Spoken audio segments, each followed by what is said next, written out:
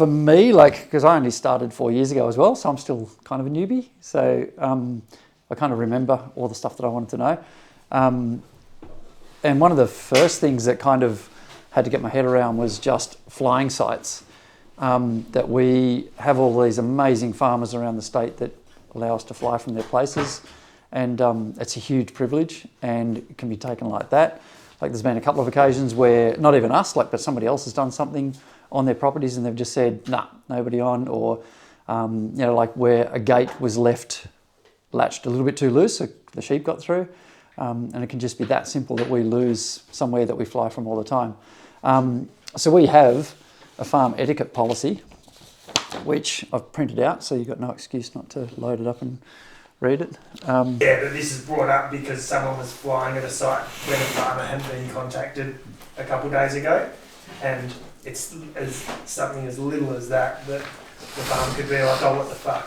Yeah. And then we lose access to this. Yeah. And he didn't do it out of arrogance, he just... No, he just didn't know. Yeah. And there's different rules for every different site. Like some sites like Lemon Hill, where we were flying the other day, you just get on the hill if it looks good, and if you're going to fly, you just send a text to the farmer saying, I'm about to fly. He doesn't have to respond or anything. Like you just say that, so he knows that the car up there is one of us. Other sites like Winton, which isn't open yet, but when we fly that, we just drive up and fly. Like, don't have to ask for the whole of the daylight savings period. It's just open, so which is amazing.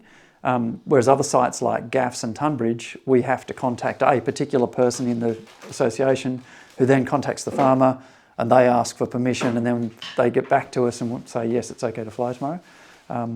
And then there's, like I posted the other day, there's closures for lambing at different times of the year. So yeah, just different things are happening all the time.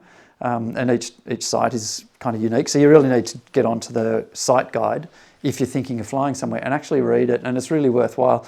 And I'm going to try and fill out the site guide a little bit more with flying condition stuff as well. Like at the moment, it's like how to get there and how to access it and who to contact and stuff.